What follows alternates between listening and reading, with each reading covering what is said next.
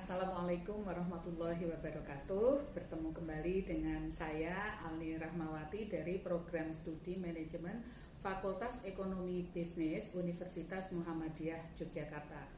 Sekarang saya single sendiri, yaitu ingin mempresentasikan hasil pengabdian saya yang berjudul Peningkatan Kinerja Koperasi BMT Amanah melalui Penataan Manajemen Organisasi. Alhamdulillah untuk tahun ini saya memang pada kegiatan pengabdian ini fokus pada koperasi-koperasi yang ada di DIY. Ketertarikan saya di dalam melakukan pengabdian di KSU BMT Amanah ini, untuk KSU BMT Amanah ini merupakan suatu koperasi primer yang didirikan oleh kelompok ternak yang berdomisili di Bleberan, Galur, Kulon Progo. Dan KSU BMT Amanah ini juga sudah memiliki badan hukum. Kegiatan usaha yang dilakukan pada KSU Amanah ini yang pertama adalah simpan pinjam. Ini secara umum seperti pada umumnya koperasi bahwa selalu melakukan simpan pinjam untuk anggotanya. Kemudian yang kedua, kegiatan yang dilakukan adalah penggemukan sapi. Dan ini juga sudah berjalan dengan baik.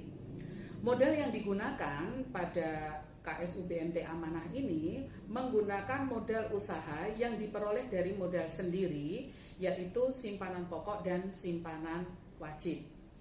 Nah, tentunya dengan kondisi dari KSU BMT Amanah ini, kalau kita lihat memang prospek ke depan ini memang sangat bagus, karena kalau kita kaitkan dengan koperasi sebagai lembaga perekonomian rakyat, ini memang dapat meningkatkan kesejahteraan dari para anggotanya. Karena apa? Karena unit-unit kegiatan yang ada di dalam koperasi ini biasanya berorientasi untuk mengembangkan perekonomian anggotanya, baik dari sisi simpan pinjam, produksi, perdagangan, jasa, dan lain sebagainya. Permasalahan yang terjadi di KSU BMT Amanah ini, yang pertama bahwa secara umum pembukuan koperasi ini belum lengkap dan biasanya tidak siap untuk diperiksa, sehingga pada saat ada RAT dan sebagainya ini menjadi kendala bagi BMT Amanah. Setelah dicek atau diperhatikan, administrasi pembukuan ini memang belum tertata dan belum terdokumentasi dengan baik, sehingga banyak terjadi dokumen-dokumen ini yang hilang, seperti tidak ada notulensi rapat, kemudian tidak ada dari dokumen-dokumen presensi, yaitu yang hadir pada rapat konsolidasi tersebut. Jadi tidak pernah dilakukan suatu pengarsipan yang baik. Kemudian yang kedua, kegiatan yang dilakukan ini belum memiliki aturan dan mekanisme yang terstandar, sehingga kegiatan yang dilakukan di BMT Amanah ini ya tergantung kepada siapa yang mau melakukan tanpa melihat standarisasi dari BMT Amanah itu sendiri. Sehingga tujuan dari pengabdian ini, yang pertama kita akan melakukan penataan administrasi pembukuan koperasi. Kemudian yang kedua yaitu standarisasi pelaksanaan tugas atau kegiatan yang dilakukan sehari-hari oleh BMT Amanah. Metode pelaksanaan yang akan kita lakukan di pengabdian ini, yang pertama kita akan melakukan tentunya fokus group discussion dengan para pengurus dan pengelola. Kemudian ada pelatihan, kemudian ada pendampingan, kemudian ada evaluasi pelaksanaan program pengabdian, kemudian ada rencana tindak lanjut atau RTL, dan kemudian juga adanya sosialisasi keseluruhan. Tahapan-tahapan kegiatan yang dilakukan dari program pengabdian ini, yang pertama kita akan melakukan suatu identifikasi permasalahan, di mana pada hasil identifikasi permasalahan ini yang kita lakukan dengan pengelola dan pengurus, bahwa terlihat administrasi pembukuan di BMT Amanah ini belum tertata dengan baik. Yang kedua, kegiatan belum mengikuti mekanisme dan aturan yang terstandar. Solusi permasalahan yang disepakati bersama antara tim pengabdi itu dengan pengurus dan pengelola, yang pertama kita akan melakukan penataan administrasi pembukuan atau pengarsipan. Kemudian yang kedua akan menyusun standar operating prosedur dari kegiatan-kegiatan yang dilakukan. Sehingga pada adanya solusi permasalahan ini, kita juga sekaligus melakukan identifikasi dari SOP-SOP apa saja yang akan disusun. Program kegiatan yang dilakukan di sini yaitu pendampingan dan penyusunan dokumen administrasi pembukuan, dan yang kedua adalah pendampingan dan penyusunan SOP kegiatan. Jadi di sini bahwa pada program kegiatan ini kita akan melibatkan pengurus dan pengelola dari BMT amanah tersebut. Monitoring dan evaluasi tetap kita lakukan, karena monitoring terhadap kegiatan yang dilakukan ini untuk melihat apakah kegiatan-kegiatan dari pengabdian ini itu bisa dilakukan sesuai dengan program yang sudah kita susun. Kemudian evaluasi yang kita lakukan ini untuk mengetahui seberapa besar tingkat keberhasilan program pengabdian dengan memberikan kuesioner. Jadi sebelum kegiatan dilakukan, program kegiatan dilakukan di pengabdian ini, maka para pengurus dan pengelola diminta untuk mengisi kuesioner, dan setelah selesai kegiatan pengabdian dimintalah kembali untuk mengisi kuesioner, sehingga hasilnya bisa kita perbandingkan.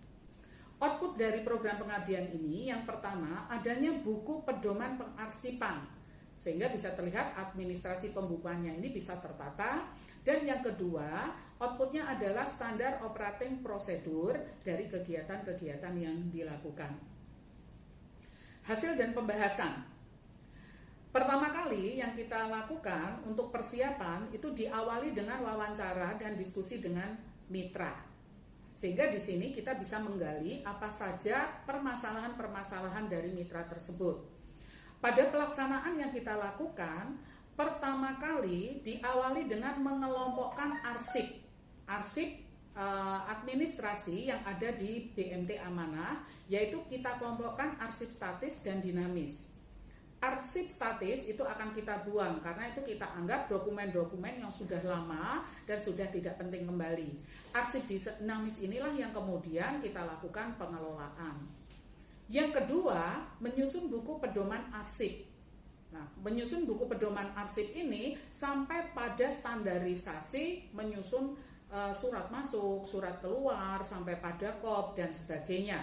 Kemudian apabila dari BMT Amanah ini akan melakukan suatu kerjasama, maka juga ada suatu standarisasi dokumen yang digunakan untuk membuat MOU tersebut. Kemudian yang ketiga, menyusun SOP. SOP yang disusun, yang pertama ada prosedur logistik karena tadi ada pengepungan sapi dan sebagainya. Kemudian pengarsipan dokumen, pencatatan surat masuk, pencatatan surat keluar, ada prosedur uang masuk melalui kas, prosedur uang keluar melalui kas, pelaporan akuntansi dan pertanggungjawaban. Jadi SOP ini memang tingkatannya secara menyeluruh, baik dari sisi keuangan, umum, administrasi, kemudian ada juga operasi atau produksi. Akhir dari program kegiatan ini yang pertama yaitu melakukan wawancara dan diskusi dengan mitra tentang kegiatan-kegiatan yang telah dijalankan. Tentunya harapannya bahwa dari kegiatan yang telah dijalankan ini, pengurus dan pengelola ini bisa mendapat tambahan wawasan dan dapat memahami tentang penataan arsip dan standarisasi pelaksanaan kegiatan. Rencana tindak lanjut yang akan kita lakukan yaitu mendampingi mitra untuk selalu konsisten di dalam melakukan pengarsipan sesuai dengan buku panduan pengarsipan yang telah disusun. Jadi tingkat kemanfaatan buku ini memang harus betul-betul digunakan. Yang kedua, melakukan refreshing SOP yang sudah disusun ini untuk setiap rapat koordinasi. Jadi setiap rapat koordinasi disepakati bahwa setengah jam awal antara 15 menit sampai setengah jam itu membuka SOP kembali agar supaya semua pengurus dan pengelola itu sangat familiar dengan SOP-SOP tersebut. Kesimpulan dari kegiatan pengabdian ini yang pertama, buku pedoman pengarsipan ini harapannya dapat meningkatkan pemahaman kepada pengurus dan pengelola tentang pengarsipan, sehingga mereka bisa melakukan penataan pembukuan yang terstandarisasi. Kemudian yang kedua, penyusunan SOP kegiatan ini digunakan sebagai bahan acuan di dalam melaksanakan kegiatan atau aktivitas yang terkait dengan koperasi BMT Amanah. Mungkin itu yang bisa saya sampaikan. Semoga apa yang kita lakukan dalam pengabdian ini bisa memberikan manfaat khususnya kepada BMT Amanah dan pada umumnya untuk koperasi yang ada di sekitarnya. Saya cukupkan sekian. Assalamualaikum warahmatullahi wabarakatuh.